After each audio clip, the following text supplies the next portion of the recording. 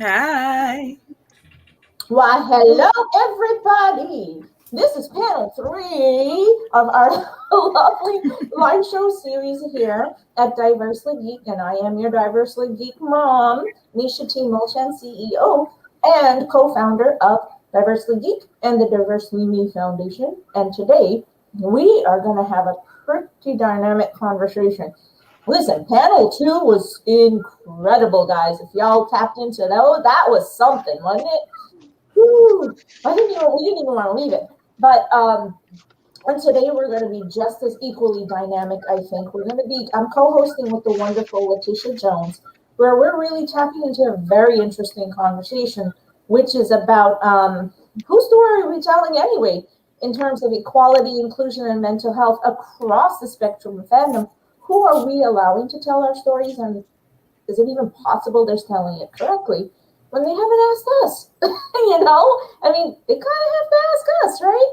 So, Jay, if you want to, oh my goodness, you know what? If Jay wants to pop in here, you can go right ahead and pop in here. You'll be like our special guest. Jay Jackson's on. Oh, hey, Jay. Hey, Jay. Always happy to have you around, Jay. We love I you. know. If you want to drop in, Jay, go ahead and use the StreamYard link. You can add yourself right onto this panel. We'd be happy to have you 100%.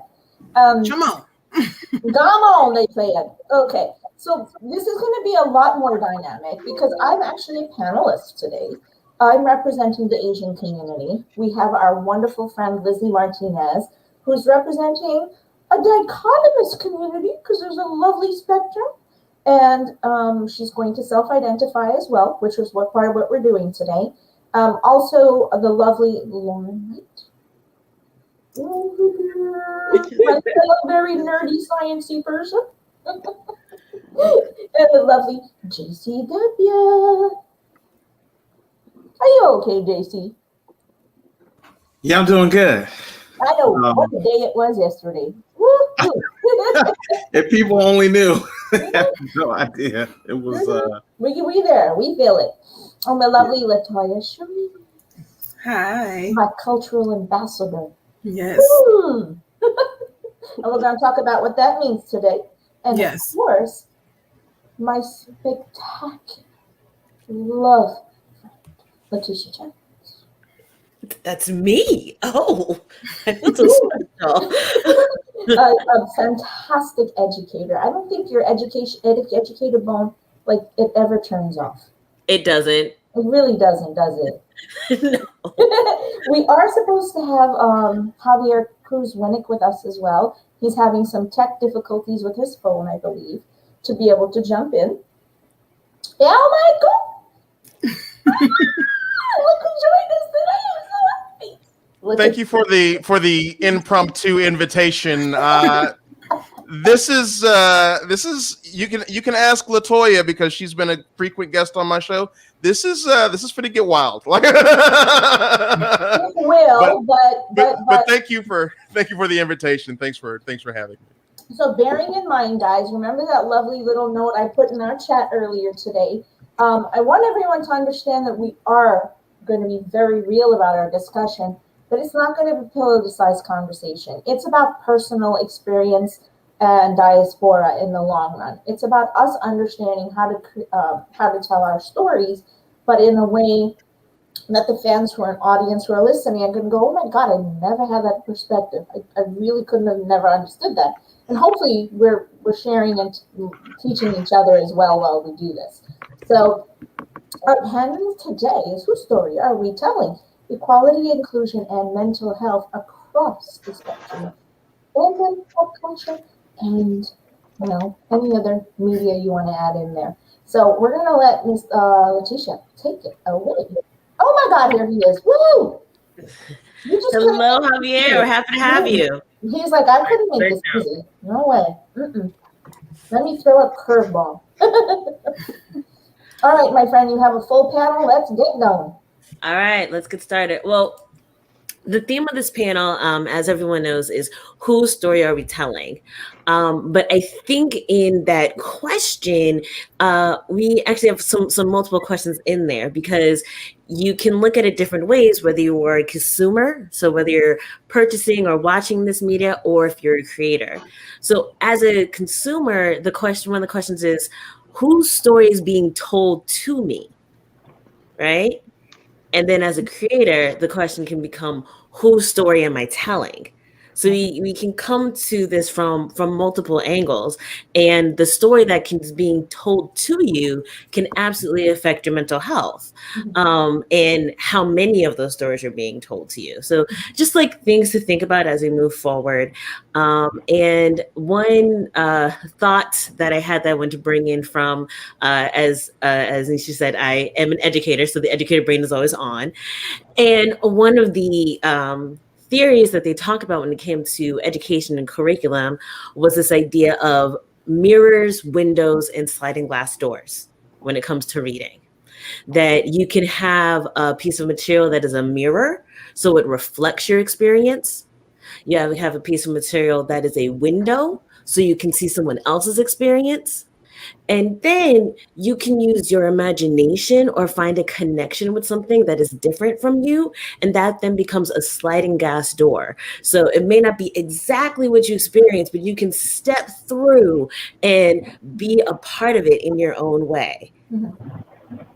So if you kind of think about those different kinds of experiences, and then also on the extremes, we can also think about what happens when you only see mirrors and no windows. What happens when you see all windows and no mirrors? Nothing looks like you. And then also, what happens if you're someone who is not used to going through sliding glass doors, and when you're someone who always goes through sliding glass doors? So just keep that in our brains. And so I have a couple of questions for the panel just to get started.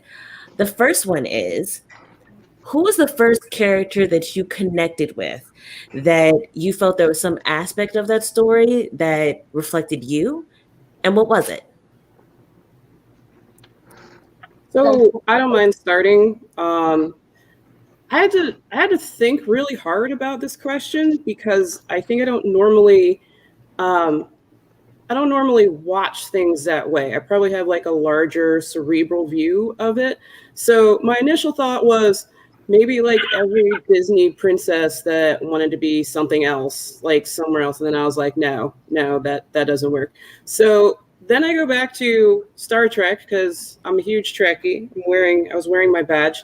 And so one of the things that I realized that I say to myself lately is like, I'm half Vulcan or something. And so there's this part of me that's a Kirk, because I always end up somehow leading a group in school, when I was doing my master's, at work, just like kind of being in that captain's chair. I'm part of a Starfleet chapter and became the commanding officer and managed everything. And I finally passed that on, and I tend to just speak my mind. So there's that one half, but then there's this other, I guess, very process oriented, maybe partially autistic brain that's like wants to emotionally detach sometimes, which is odd, because part of my autism is inability to control my emotions. And I think about those times, there's sometimes Spock just lost it. More original series, like when he's like so happy that Kirk didn't die or something like that, and then he pulls it back. And that's how I feel sometimes when I'm talking to people, because I'm not used to sharing about myself. And when I do, probably because I'm bottling and I needed to get it out, I'm like, I'm so sorry, I shouldn't have done that. And I'm just going back to my more logical, keep everything inside self. And sometimes I get very stuck there. So it's interesting to see those two conflicting dynamics within myself. Yeah, thank you for sharing. And it actually makes me think of, when it comes to various mental health diagnoses, there's plenty of us who don't get diagnosed. Yep. Or for whatever reason don't. Yeah, or who don't have the access. But sometimes we see these characters who reflect aspects of our personality and our lived experience that we don't see other places. Mhm. You know, and even if they don't necessarily look like us, we can be like, wait, but I know that behavior because I me them. Oh, And I didn't get diagnosed with autism until I was 34, which is so this past December. And people that know me were like, yeah, that makes sense. yeah, that tracks. It totally. Like, literally, somebody said that. They're like, that tracks. That makes sense. Because they're like, my college professor said that. He's like, I've watched how difficult it was for your classmates to interact with you. But he always loved that I kind of looked at everything differently. So people like, even my hairdresser was like, yeah, you didn't know? I knew. It's interesting because one of my all-time favorite, see this guy right here? Oh, yeah. They're the Sonic Haunted screwdriver. So this is my Sonic, and it's my 13th Dr. Sonic. And I think for my entire existence, I really connect with you on what you're saying, Lauren, because again, 55. So my sci-fi connectors were Star Trek originally, but also Doctor Who. And a lot of people could never understand how me and my particular cultural foundation could connect to the Doctor, because when I found the Doctor was a 50-something-year-old Anglo-Saxon male. And how does a person like me and a kid like me at 13 connect to this character? But I think it was the fluidity of the mind and how quickly the Doctor's mind has always moved, and how in the movement of the mind and in the reasoning and the right action and always in the ultimately there's a goal to do the right thing and to heal, even though the Doctor's not a doctor. Everyone knows that, right? But it was the reason I pursued medicine, as weird as that sounds. I always, as this young little Indian girl, I don't know, I didn't connect to the racial. I connected to the heart and the soul of the possibility, the fact that this character had a mind that didn't sit still. And I realized early that my mind could never sit still. I struggled in school, Lauren, massively. It took me ages to figure out I had the level of dyslexia that I have, which is why, as you guys know, I write backwards. Everybody's seen me do it. So, and sometimes my brain thinks backwards. And in medicine, it's been a real huge challenge, but I've been able to manage it. It took me forever to realize it's because I knew how to connect to the madness of the Doctor's mind. As weird as that sounds, I guess I've always connected to the mental health spectrum then, and the spectrum itself, because I always felt that the Doctor was created as a character who had the ability to be a spectrum character because of the neurodivergence that the Doctor's constantly experiencing and manifesting. So there you go. That's kind of my connection in that sense, which is, yeah. That actually. I think it's very interesting that you bring that up too, because like Letitia said, that I recognize that behavior, right? So you see that, you're able to connect with that, you have that experience that's now a shared experience. And I think that speaks to why Doctor Who has lasted as long as it has. It's the longest running show that's in history. From black and white TV to current day, it still has seasons that we're waiting for the next season. So I think it speaks to how well that show has been written and how much they have tried to consider other people than just themselves. So, like, people spoke about how there was never a female Doctor, and boom, we see a female Doctor. People were talking about we haven't seen enough of the companions that have been of different, ethnicities and backgrounds, and boom, we see different people of different backgrounds. They're very responsive, I believe, to the population that are enjoying the show, and they're aware of that. And I think that's why a panel like ours exists, because we need more of that. We need more of the people that are going to say, the audience is asking for these things. They need these things, and we're going to provide that for them. And I think that's very indicative of the success of Doctor Who, and whatever long-standing shows are out there, they're responsive in that way. That's thank you very much. That actually really helps me to look at it from that perspective. And I do say that to other fans a lot, and I don't think they'd ever truly understand what I'm tapping into when I say why I connect in the way that I do. And that's okay, because fans see things in different ways. So I don't want to monopolize. Who else is telling their story? I had a thought as you guys were speaking. I kind of had like a kind of moment just now, because I was breaking down to my partner the other day about how I watch media, especially like with movies and TV shows specifically. Music's a little bit different. But I was talking about how like I was always like seeking out more so the female or feminine perspective. So, I mean, I noticed when y'all would talk, like I just kind of didn't want to like hear anything about boys. I think honestly it's because I had brothers. I'm right in the middle of brothers. The only other woman in the house was my mom, and she's like, she's my mom. So it's like she's not going to really have like the same perspective as I was. And so I was constantly looking for that. And I was thinking like, I don't know if I've had like one character. I was always trying to I found bits and pieces of characters that I took, but I never really, I don't think I identified wholly with like one character, honestly, until like Issa Rae, to be real. Because she was just like, she had that whole awkward Black girl series on YouTube. And I was like, I identify with this, and just kind of being like a little like what people would call like off. And so I was listening to you guys speaking, and I was like, I've since then tried to go back a little bit and with a little bit more of an open mind, but I think I'm kind of discovering now, seeing those quirks in people, because they didn't show a lot of that in the female characters. They weren't showing a lot of those quirks and stuff in the Black characters. So it's almost like, unless and I think that's where, having the mirror works out.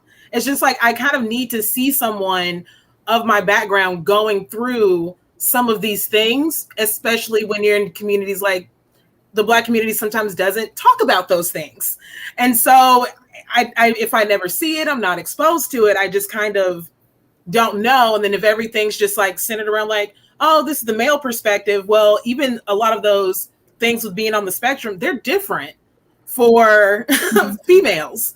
And so it's just very interesting to kind of get that, I don't know, just kind of have that aha moment, really. And I was like, oh, maybe that's where that's coming from. That's what we're here for. Yeah. Yes. That actually makes me think of, I'm like in the middle of a Star Trek Discovery binge right now. And watching Michael Burnham go through her journey, but also the fact that she was raised on Vulcan. And so she has those, similar like repressed traits. You're trying to figure everything out. And then for me, what I find interesting about watching Discovery, which is different than, ironically, other Star Trek series, is that other Star Trek series, you have it's a very nerdy show and people are into it, but not all the characters themselves are actually nerds. But Discovery is a science vessel.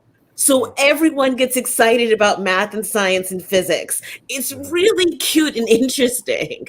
But, watching, a young Black woman be the science officer and being excited about these different, nerding out things in a setting that I'm like, oh my gosh, I can like see myself on the bridge, right? Not that I didn't love, so many of the properties before, because I did, but it ends up being a different experience. And I feel like when you're someone who was used to, like LaToya said, grabbing just bits and pieces, I kind of get this, I kind of get this, I kind of get this. When you see someone who's like, wait, I don't have to do as much work.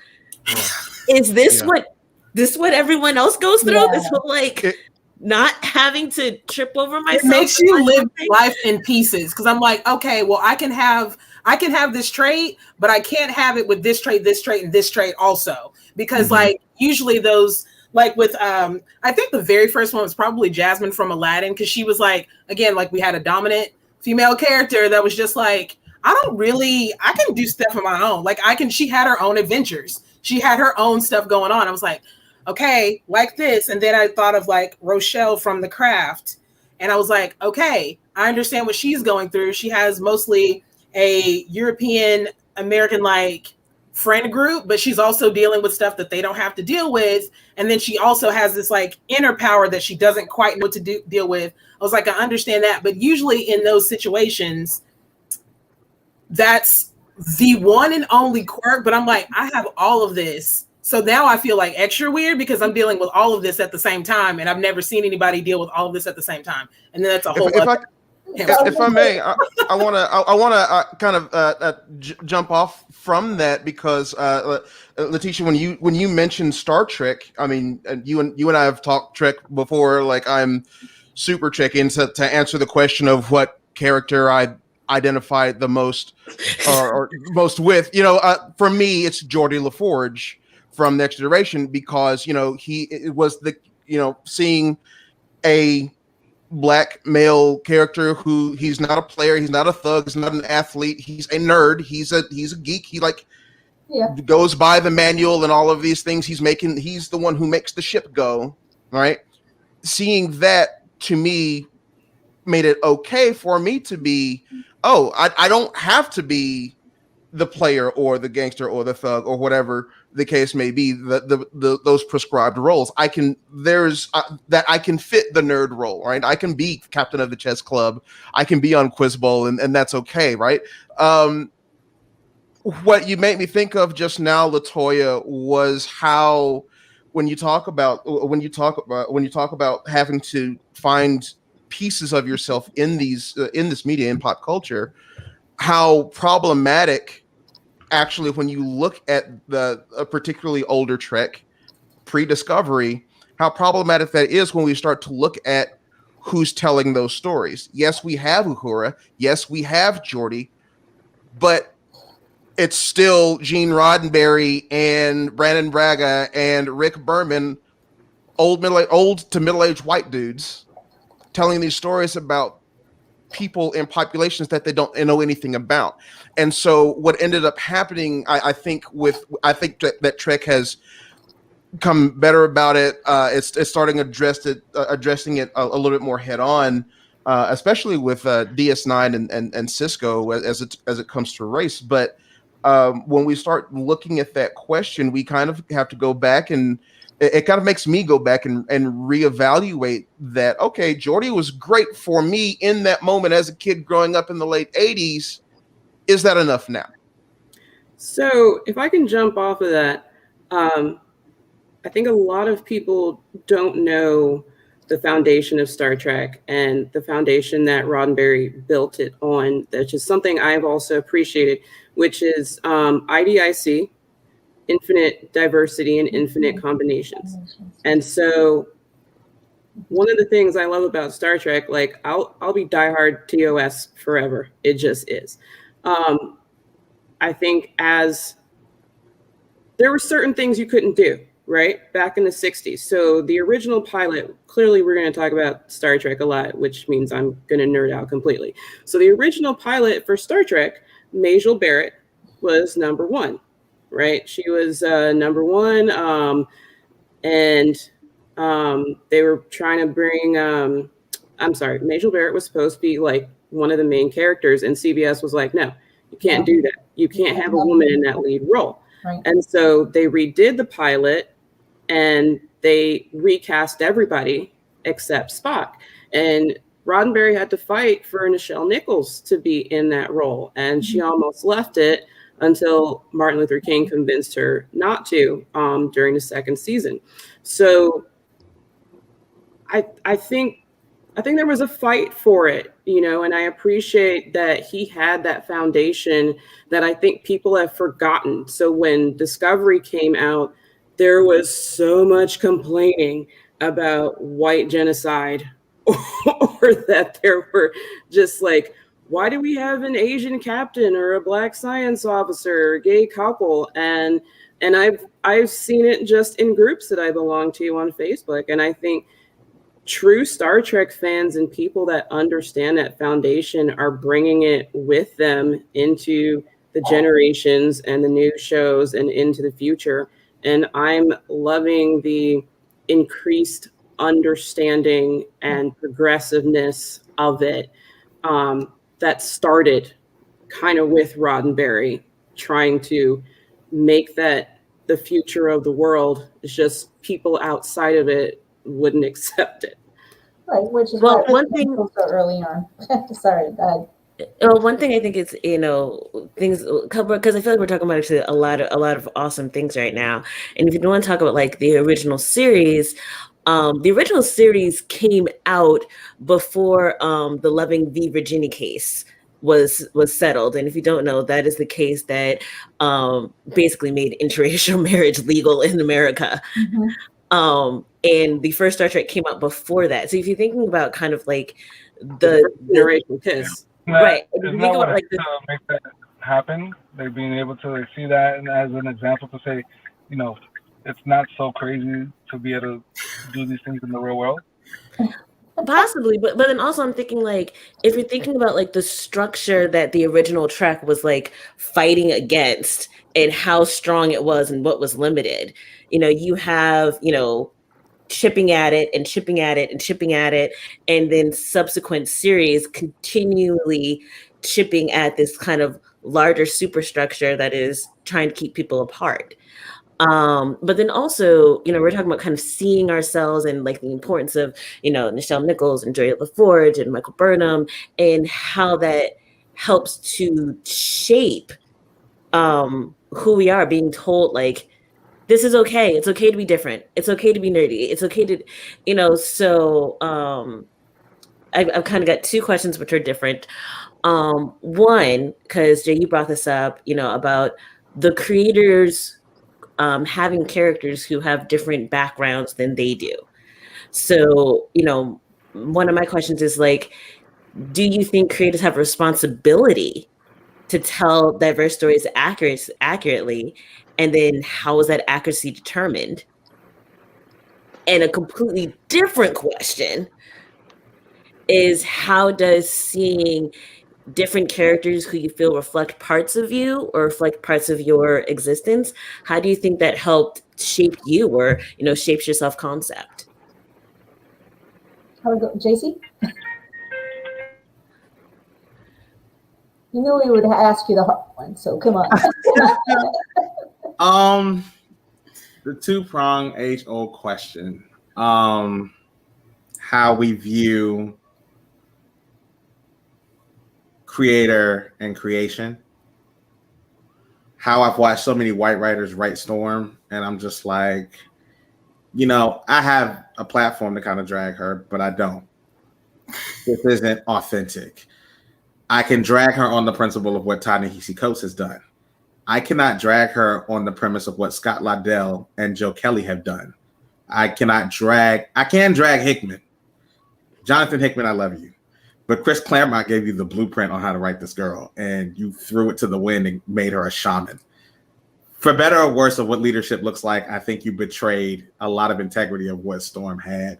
And I think you left with the reset continuity that was dragged out. However, Jonathan Hickman is a white man. Am I really supposed to be mad at him for how he's directed this grand project where he's in charge of a bunch of people that are in the room? And Letitia, you called it, what is it called? We discussed this before, when there's a person that's supposed to be ahead of it before it hits the print. Oh, the sensitivity readers. Sensitivity reader. So I've been on Twitter talking about some, they need a diversity chair in the room that approves, different blah, blah, blahs, and me not knowing how it works. Then I find out about sensitivity readers and I'm just like, oh, well, why is the sensitivity reader not coming in and making any, progression on this? So whether I hold a writer accountable, I think 5 years ago, I wouldn't have. I think today, now that I'm informed about things like sensitivity readers, that yeah, we do need to hold our writers accountable. I honestly feel like now we're at a place where when somebody sees Miss America, when somebody sees Jon Stewart as Green Lantern, when somebody sees Neil Shahar, who is an Indian American Thunderbird from Marvel, who in Extreme X-Men in 2004 was foretold by Bishop in his future that he would become a host of the Phoenix. And you picked up, I think his sister's name is Kamala Shandar. You picked her up, and she is now Omega Sentinel, you know, in the current timeline, but you left Neo out in the dust and you created this whole grand scheme of representation that could go forward in the room. And now we're sitting here with this character that just went to waste, and you gave the Phoenix Force to a Daredevil character. I'm trying to make sense of this, but I mean, where, you know, logistics of continuity is concerned, yeah, I think that sensitivity readers need to come into the room and really say, hey, wait, we got this, we got that, we got this, we got that. Because now we're throwing diversity in certain fandoms now. And we don't want to get lost in throwing diversity at the sake of keeping continuity that's more coherent for an overall project. And so I was about to ask you, if you don't mind me asking real quick, Letitia, I know what I'm thinking when you say this. What do you think is missing when you're putting in what's considered to be the normative state of diversity versus authentic? So you know, it's like when people say that there's a difference between being diverse and being inclusive. So if we talk about diversity, sometimes you're just throwing numbers at it. We've got 4 Indian Americans, 3 Chinese Americans, and 4 Black people, and 1 person from Ecuador. Great, we're diverse. But you're not listening to a single one of them, and not talking about the differences that are within their cultures, or the subtleties, or, you know, being afraid to write a kind of like cultural inside joke, which only a certain portion of the population would understand, but that's fine. You know, I was actually I just saw a post about Black Lightning, and I'm mad that I'm forgetting the main villain's name, but they were like, what I love about him is that he insults people using like Black cultural insults, like specific insults that you may, if you're not in the culture, you may not get that's an insult, but you may not get how bad it is. But it's like that cultural understanding is fundamental in getting these characters when people want to feel seen. Because what happens, I feel, is that sometimes we'll see characters of different races, ethnicities, and they don't behave like someone I know. And it doesn't mean that there's a way to, you know, for instance, to act Black or to act a certain ethnicity or certain, but it does mean that there is, you know, a certain groundedness to it. There has to be a way of, like, even if you're not doing something that people think is stereotypical of what they think your race ethnicity group would do, that person is still grounded in who they are. Yeah. Like that doesn't change. I see you, Lauren. Perfect examples of what you're talking about are the Super Friends back in the 80s, and then G.I. Joe. They had the sprinkle of everybody. Hey, let's throw these people in the mix. Let's throw, you know, that Native American character that you know, is in touch with the spirits, and we have the Chinese guy that does kung fu, and we have, you know, he wears the regalia and all that. But they did only a little bit of the work, and I think that's the biggest part of it. If you're not going to be of the culture, if you're not going to be the person that's involved in creating these stories, then part of the culture of those stories, then you got to do the work. You got to do the research. You got to reach out to people of that culture. You got to run it past them and say, what do you think of this? And I think that was why Moana was so good, was Disney finally realized that they messed up in trying to, they tried to, what is it called? Put the trademark on Day of the Dead. And then there was a backlash on Twitter. Lalo, I forget Lalo's last name, but Lalo he is a political cartoonist, and he did Muerto Mouse. He did Dead, you know, Mickey Mouse is like a Day of the Dead character, and it caught such a buzz that Disney was like, okay, wake up call, we messed up, let's get him on and have. Actually, it wasn't Moana, it was Coco. Yeah, where he ended up being. Yeah, and he ended up being a consultant on Coco. And they ran things past him. What do you think of this? Is this okay? Does this work in the community? Is this something that you've experienced? Blah, blah, blah, blah, blah. And then they made the same smart gesture in going to the Pacific Islands and talking to, you know, people of that background to make Moana. And then Moana is another beautiful, you know, representation of another culture that you could tell they've done the work. They asked, they got people involved. One of the people of the culture was saying, you know, we're always having to be impacted by all these other stories. Why? When can they be impacted by us? So I'm going to jump in if you don't mind, because we haven't heard from Lizzie as yet, and I do want to address what Sharon and Reels and Heels are talking about. I'm literally going to jump into that conversation. So let's hear from Lizzie first, if that's okay, and then I'm going to talk about Kim's convenience, if that's okay for you guys. Yes. So my concern with movies, when I'm a little person myself, I only stand 3'7", which to most people, if you look at the height of a doorknob or your waist, that's where I'm at. So that's a good reference that I give people. I find it hard with diversity for little people in films because I see a lot of little people are the puns of the joke. In Elf, in Bad Santa, but it's like no one looks at little people seriously because we're always the pun of somebody's joke. And I think until we're actually put into serious roles in films, whatever diversity or whatever ethnicity we have, we're never going to be taken serious.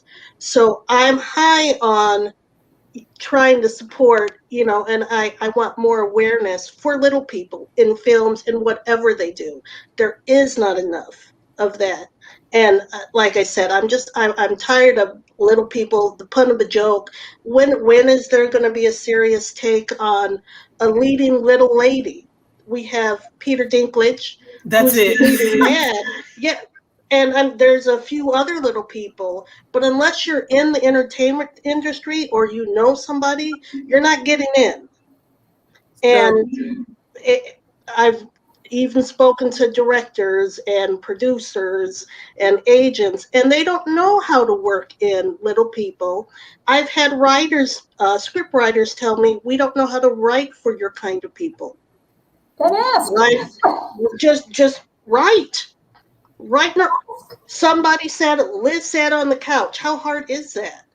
So I've had to make my own world, create my own world. And I write scripts. And I'm a professional scriptwriter. So I write and I try to promote to bring little people in, to show other little people, listen, you can have romance films, you can have comedy, you can have serious films, whatever it may be, but include little people and make it realistic. Don't try to make it something it's not, because we'll never be looked at seriously. We'll always be a joke to everybody. And if there's supposedly inclusion and a lot of diversity in entertainment, there needs to be more seen for little people in general. And then across all cultures, because hello, it's Yes. everybody, every culture has the exact same body types, right? And these body types. So 100%. You created your own work, didn't you? Yes, I did. I actually created a character called the Shrew. I call her my alter ego. She's a little person villain that got tired of all the crime and all the hatred in her own city where she lives, and she takes it on herself and came across an ex superhero that's decided to help her take on everything that's gone on in her city. There's a question for you, Lizzie. Yes. So do you think that those little people that are in the profession have to be or do things against their ideals to continue working? Yes, I do. I think a lot of little people, at least a lot that I've met in the entertainment business, they do things because they want to be seen and hoping that once they're seen, no matter what, even if they're the pun of the joke, that some director or somebody's going to take them serious and give them an opportunity. Just like they gave Peter Dinklage. And what is it, Lord of the Game of Thrones? He had more of he was taken more serious, and other people want that opportunity. But he got in because he Lord of the Rings was a lost opportunity. They had the opportunity to literally cast people across the world to be the dwarf culture. And what did you do? You used manipulation, CG, to make that not a possibility. Thanks for that comment also, Reels and Heels, about plus size women and the struggle to be able to take them seriously as well. I have so many thoughts. Have them, Lauren. Have all of them. I have your thought, and I still want to tap into King's Okay. convenience before we leave, because for me, from an Asian perspective, I really want to touch on what happened there. So there's a couple of things. First of all, Tyrion Lannister is one of the greatest characters ever. I just got to say that about Game of Thrones. But there were two different things. One that kind of goes to the theme that we had here, and another thing that goes to what Lizzie was saying. And I actually was going to tag Lizzie in this thought. The first part, like Letitia, when you mentioned like what is black, what's white, how you're supposed to act, whatever. And I've always felt like an outsider. And I think we all struggle with people saying they're not seeing color, or people not knowing how you're supposed to act in a certain situation. And I hate when somebody says to me like, oh, I thought you were a white woman because you speak like so nicely and all that. And that had a huge effect on my mental health growing up, because people are like, oh, you're black, but you kind of talk white. And it's like, the white people don't want you, the black people don't want you either. And you're kind of somewhere in the middle. But then you got like this weird brain, and you're kind of this quirky nerd that nobody knows how to deal with. So you're just like off over here, feeling like a loner. And that, I think that's where like a lot of my depression and anxiety came from, growing up, like in addition to just growing up in a strict religion where I was very shy, very quiet, kind of kept to myself, and people have said like, you just looked sad. And that's been one of the nice things about having the autism diagnosis, is that I'm different. My mentor is like, you don't fit in any box. And I think I'm finally at a point where I can embrace that. But there are still certain days, like Lizzie and I were talking about it earlier. She said, what did you do today? I'm like, nothing. This is one of my, I am not peopling weekends. Everybody go away. I'm going to embrace my introvert, because I need, like, I will tell my boss I need a mental health day, because I can't promise you that if I come in tomorrow, anybody else will leave with their life. And like, you just have to know, you got to know your brain and know your limits and this stuff. I can't say that in medicine. I told you, like, I don't care. And this is probably the first job that I've gone into where I'm like, you know what? I'm going to be my whole self, and you can love it or hate it. And I'm going to be weird and quirky and whatever else you think. But another quick point I wanted to bring up is, one of my new favorite movies is A Quiet Place. And one of the things that John Krasinski did was cast a real deaf girl in that deaf girl role. And I love that. I love the movie, first of all. I love everything about it, like all that. I love the combination of emotion and science fiction, which is why I like a lot of Christopher Nolan's movies, because I think he kills that. I love Interstellar. And then also, I work on Star Trek fan films at a studio, and I've acted in a couple of them. And one of the guys that directs it, his wife is deaf. And what I like is that he often puts her in a communications role. So she's getting the information, and he'll ask her a question and she signs it. You know, he'll turn to her and he'll sign and act off of that. And she's the sweetest person in the world. And I love that even in our little fan film community, that we're trying to bring those differences in there too. All right, I'm done. I had to get all that out of my head. All right, but Nisha wanted to talk. I do. I can grab it at the end, because we lost Lizzie for a moment. Javier wanted to say something really quickly. I actually wanted to ask her a question, and she's not here. Yeah, we'll do this again. I knew, Letitia and I knew this was going to be dynamic, and we'd be lucky to get through 2 questions. It's funny. We actually naturally navigated through many of the questions that we had, which I totally expected.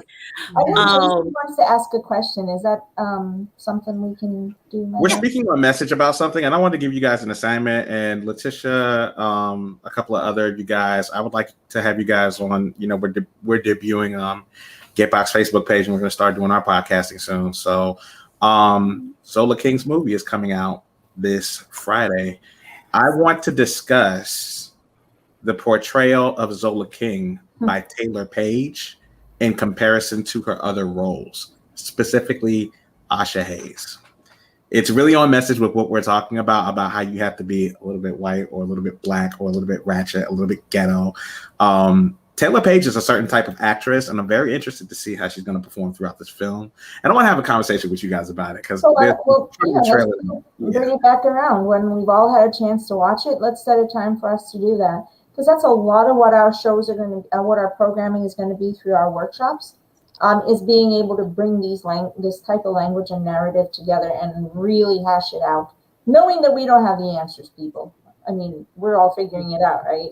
So, it's to be able to give other people a space where they feel safe to be able to workshop it with us. So that's a good workshop to start with, JC. I love it. One thing I wanted to mention, I saw the comment that was, I think it was Ian, I was talking about, I wrote, yes, absolutely, Ian, 88. I wrote that down because I was like, same, like, yes. Same. Buffy, right, the like, NSYNC, everything, same. Buffy, all of that.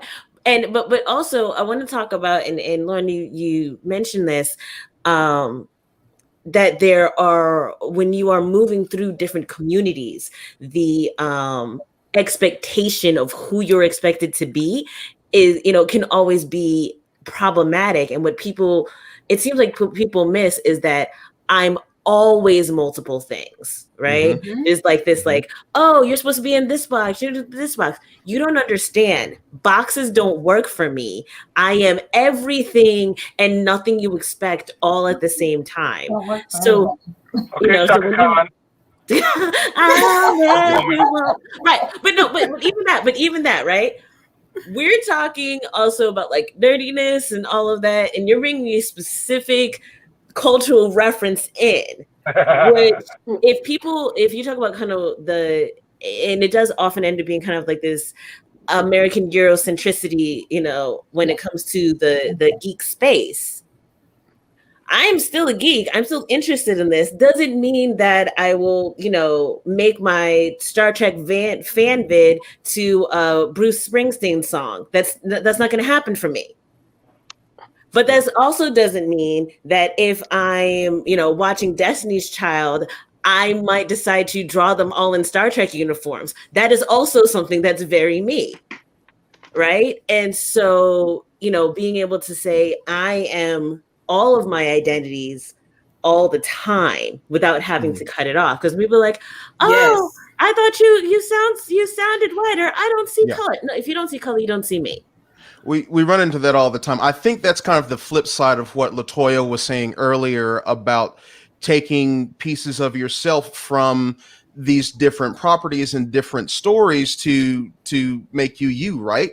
Well, what that becomes is that you are this mosaic of things, just by the nature of being human, but two, because I feel like Hollywood and corporate media or mainstream media, I hate that, but you know what I mean by that, tends to understand things one way. I am a queer Black man. I never saw myself being those two things that I always am. Never saw myself reflected about it in any sort of mainstream way or any big way until The Unbreakable Kimmy Schmidt. I've seen there were gay Black characters, but they were always played for jokes. They were always only for like one episode, one or two, story arcs, and then they're done. I've never got to really experience that because of exactly what you're talking about, Letitia. And I think that I feel like we're starting to kind of like smarten up to that, but we still have a long way to go within that. Nisha, please talk about Kim's Convenience, because honestly, I want to hear about that, because I don't have an opinion, because I don't know. So I'm about to blow your mind a little bit wild. Are you ready for this, guys? Yes. I'm not, but I'm super excited. So you see this entire panel that we're sitting here right now? The perspective we live in is the one that we know. We live in an Euro-Amero, Afro, migrant-centric dynamic, correct? I hope I covered it all. let's understand something that Letitia and I toggled on with her a month ago. Just remember that the fandom media, the way that you're seeing it today, pop culture, from music to art across the spectrum, is also being digested and ingested across this world. The perspective that we are seeing, feeling, touching on, and ingesting, our dynamic of it is only one drop point, guys. Everyone across the world is also having the same dynamic. And we need to remember that even in the box you're sitting in this moment, every one of us has to remember that we should. I would love all of us to adopt a global perspective when we even make our choices. Remember that there's a lot of culture, there's a lot of media, there are a lot of choices outside of just the centricity of what we see today, and even the narrative that we are seeing within our own social cultural dynamics. We need to step outside of even this box that we're in now. One of the things I was saying to you before, there are no boxes, my friend. They shouldn't even exist. Right. If you want them to exist like the way Ian said it, as puzzle pieces that fit together eventually. So we have to see the world in that way, because that's how I see it. I don't see it in any other way. I see it as a spectrum for my entire existence. I've never seen it differently. That's why I have never had a true connection, because growing up here from the age of 3 in this country, where I told you guys, my connection point almost didn't exist. So from the viewpoint of Kim's Convenience, where they followed every single trope you can think of in the Korean culture to create 2.5 to 3 seasons of this fantastic, phenomenal story, they followed every trope. In the moment, 1, they underpaid their actors. 2, they wouldn't let them have anything to do with the writing. Nothing. Tropes, what made money? Tropes is what they followed. When they stepped back and went, hey, listen. People are willing to listen. People love the show. We have a lot of media coverage, and we have fans. Let us tell the story now. You know what happened to it? You could put up Sharon's message again, Molly, because that's what happened to it. The studio said, well, no, we're not going to pay you for what you know. 2, people really don't want to hear what you have to say, because we don't think they will do. Even after 3 successful seasons, you're telling me people don't want to hear what the actual actors have to say? Simu, for God's sakes, who is now part of the MCU dynamic. For God's sakes, you're going to tell me that people don't want to hear what he has to say? Are you out of your mind right now? Come on. How do you end a production? And then not only that, the actor said, fine, hand it to us. We'll take it up from here. We got this. We can do this thing. And CBC, I think is what she said. Yes. Broadcasting system will not. They refuse. They would rather shut it down and end it where it is than allow it to move on to where the narrative is now told by the people who it actually belongs to. It is. Yes, I'm passionate about it. That's what happened on Living Single too. They did the same thing. Like the actors were like, "Hey, can we have some input?" And they were like, "No, we'd rather just shut it all down." It's like, why would you do that? Yeah, that's actually what happened with Jyoti. You have to. Even with Avatar: Last Airbender, the Korra dynasty, the way it was being told by Brian and Mike was pure beauty, incarnate beauty. But then you have the studio going, but people don't want to hear that story. And we don't want to keep investing in this story. So you can't tell it yourself. So guess what? We shut you down. That is what. Go ahead. No, the very concept of that just makes me angry, because because we can kind of go back to what Javier was mentioning earlier. When you do allow people to tell those stories, and you bring in the communities that you're talking about, and let them have control over that narrative, let them tell that story, it makes money. So that's a lie. I mean, we can look. I mean, look at Black Panther. Crazy Rich Asians. The whole thing, right there. But here's the thing. Letitia said something during storyboarding. What was it called? The Law of Universality. Yeah, the myth. Talk about it. So my thing is the myth of universality, right? So if you think about the way that I would say both American and Canadian broadcasting works, there's this idea that there's a, we'll say 30-year-old white dude in the middle of Wisconsin. And if you cater toward him and make him comfortable, then everyone will be okay. So it's like, so I call it like the myth of universality, because as we've seen, yes, it's totally possible to connect with people who have different backgrounds than you do, but people who don't fall into this, narrow demographic have practice and are expected to always connect with people who look different than they are. Whereas people who do fall in that demographic, the idea that they could connect with someone who is different from them is like, what? No, that's impossible. And so that keeps, the usually centrally white stories, called universal, and those who, and those, Asian stories. sorry, Right? you're Asian, yes, European American, European those American stories, thank you. those stories are kept in the central space. Mhm. And then those of people who have different backgrounds are kept in the niche space. And so you have this completely, completely separated dynamic, which is so hard to break. And if the broadcasters still think that that's the way it works, then that's what they're going for. And then even when you have something like Kim's Convenience or other properties which have people of color in the front, the idea is that the kind of European Americans' perspective on other people is more important than people's perspective of themselves, or that the European perspective on other people is more relatable to the dude in the middle of Wisconsin than a authentic perspective of someone who is of that culture. Which is why no one wanted to take the chance on Crazy Rich Asians. And look at what Crazy Rich Asians proved to the world. Look at what that acting, like the ballistics of that acting angst proved to the world, and how many of those actors have now gone on to other roles quite successfully, and proving that they can play any role. As a matter of fact, what, you can play other roles? Yeah, absolutely. I call it living. I was going to tell you that. Oh my God! Like, I was so worked up by what you were saying, Letitia, my brain lost it already. Oh my God. I don't think that anyone in any place in this existence, unless they want to exist in a specific space, has to be relegated to that space. I believe anyone can do anything as long as they want to, choose to, and gain the skills to be able to do that thing. That is how I feel. So, I do want to bring this back to. No, go ahead. I just want to bring up one point real quick. You got I just wanted to bring up real quick about how the authentic voice. If we want to go into geekdom real quick, think of Iron Man. Think of that first movie.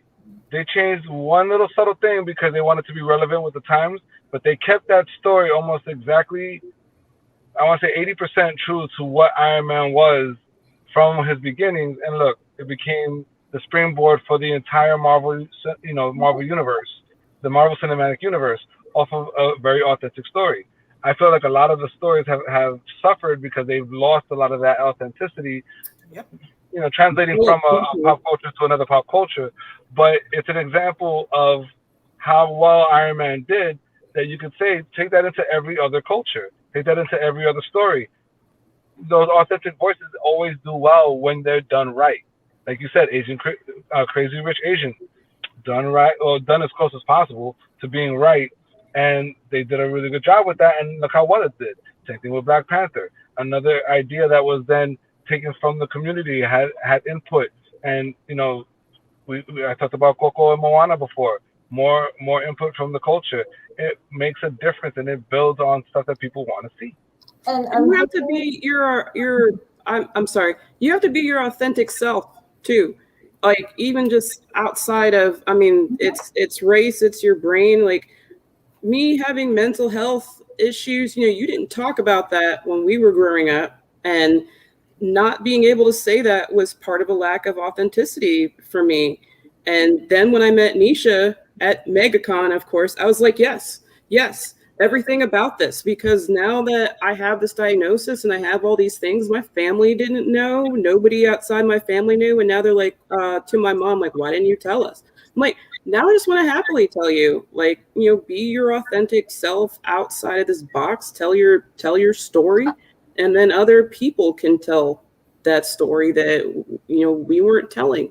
to begin with. Letitia's part of the reason, honestly, because we were on another podcast, but she's part of the reason we started having a conversation about being on the spectrum, and all of this stuff started coming up. Like, this was maybe a year ago, like fairly recent, but when I tell you I started doing deep dives, because I was like, oh my God. Like, I mean, eye-opening, and then I started looking more and more into it.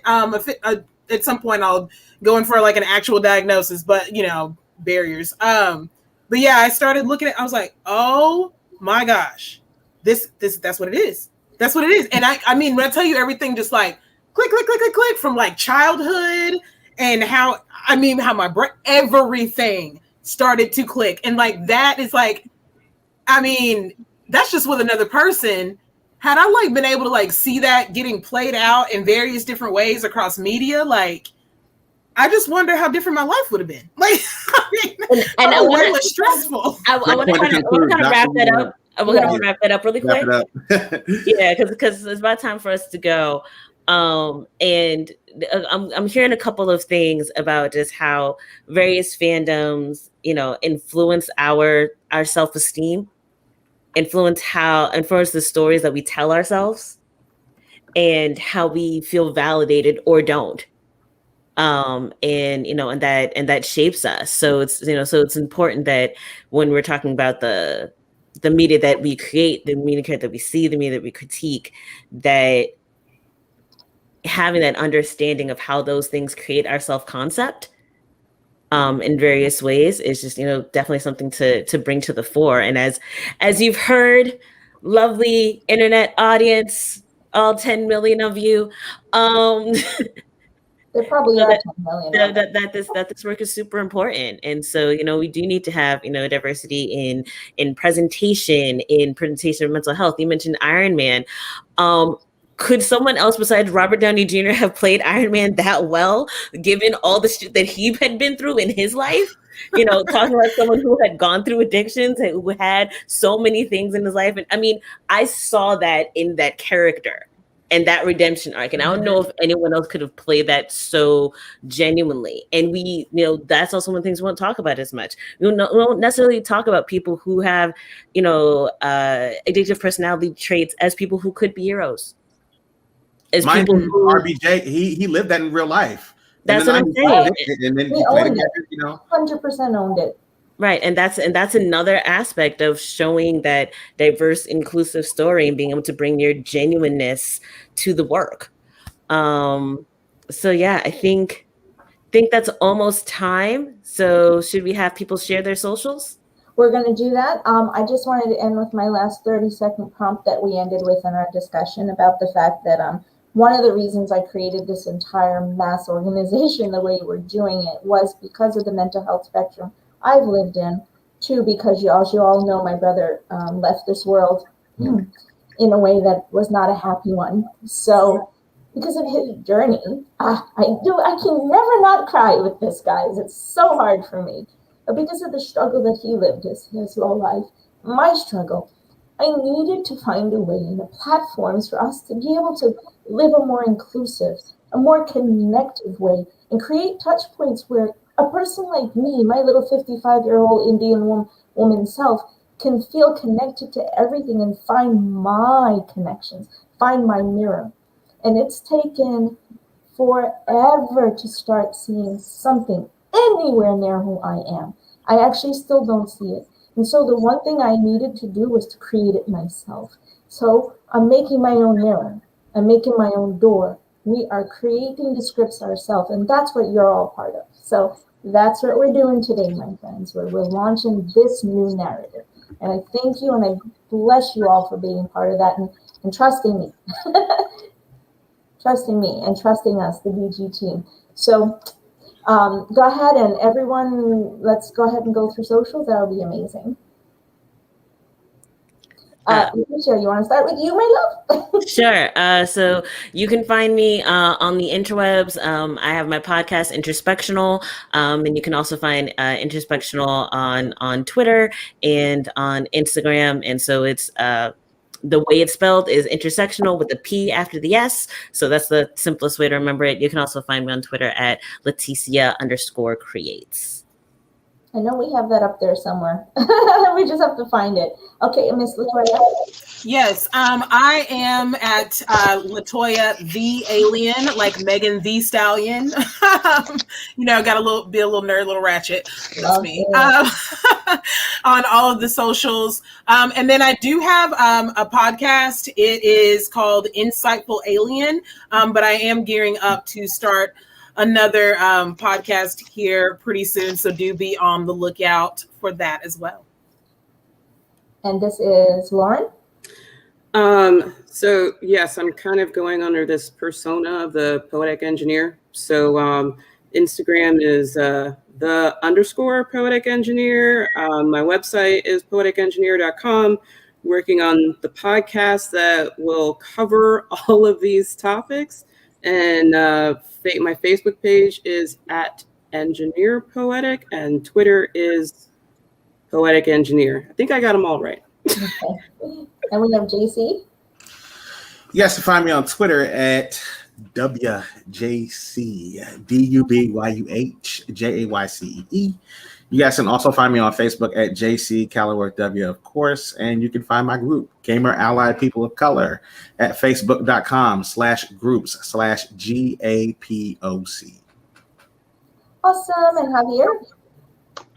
So you can find me on Twitter at the THA Learning Curve, and then on Instagram it's THE for the Learning Curve. Neither one of them have an E. So the Learning Curve on Twitter, the Learning Curve on Instagram, and then my website is thecurve.com. Thecurve.com. I'm so sorry we can't. It's not here. I'm so sorry. And Mr. Jackson? Yes, sacrednowpod.com. That's my podcast. It's called The Sacred Now. Sacrednowpod.com. Leticia and Latoya have both been multiple time guests on the show, and those episodes are fantastic. So we do stuff like this, have conversations like this all the time. Sacrednowpod.com. I found you, Latoya. Oh, yes. All right, thank you so much. That was absolutely amazing. And Wait. Oh, Lizzie's here. Lizzie, I'm trying to find you, though. Hold on, love. Go ahead, Lizzie, because your stuff, we cannot find it for some reason. Go ahead. Can you hear us, Lizzie? Can you go ahead? Yeah, I'm back. Sorry about this. Tell us where to find you, honey. Social media. Okay. You can find me on Facebook.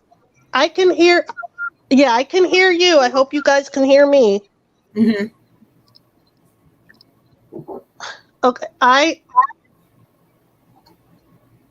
my social media, you can find me on Facebook on the Shrew2020.com. You can find me on Twitter, Lizzie Martinez 2015. Perfect. Thank you so much.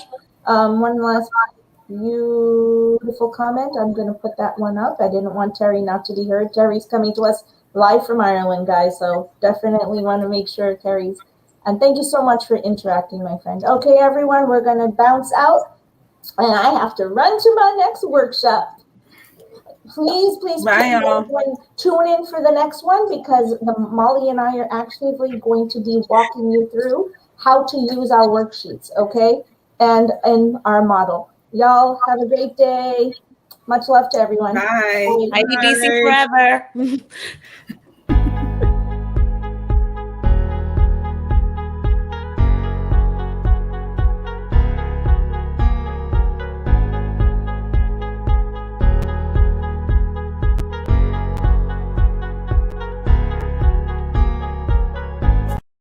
Hi everyone, my name is Jonathan Panarello and I'm the Director of Research here at Diversely Geek. I'm also a nurse practitioner in the field of hematology-oncology, where I treat patients with various blood and immune system cancers undergoing chemotherapy. I joined Diversely Geek almost 7 years ago to the day when I met my bestie Nisha T. Mulchan at the opening of Diagon Alley at the Wizarding World of Harry Potter, actually on my honeymoon. And it allowed us to connect and bond over one of our favorite fandoms. Another one of my favorite fandoms happens to be anything Disney or Lilo and Stitch. This is because many years ago, about 20 years ago, I was diagnosed with a form of rheumatoid arthritis. And while I was undergoing that diagnosis, I was in a lot of pain and going through depression, and escaping into these worlds of like the wizarding world or anything Disney allowed me to forget about my symptoms and about my pain for a little while. I actually do this at work with my patients now, where I wear Disney-related socks, or I wear a golden snitch on my ID badge, and it allows the patients to ask about it and talk about, fandoms and Disney and Harry Potter and anything other than their cancer or their symptoms. Joining Diversely Geek was an important part of my life, because being a nurse and a nurse practitioner, I realize how important mental health and wellness is on a person's global health. And that actually is part of my job here, where I research the impacts of escaping into the world of fandom and connecting with people who have, similar interests, and how these impact somebody's mental health and wellness. That's the whole point of Diversely Geek, is allowing everyone to connect over something that they have in common and can make them escape their troubles and their lives a little bit, or even find somebody with a common value or view and be able to open up and talk about your daily problems with them, which is very important in your own mental health, because it allows you to release and let go of some of these problems that you're dealing with. It was nice to meet all of you, and I'm looking forward to meeting you in person one day at some cons or any workshops that we may be having. Take care.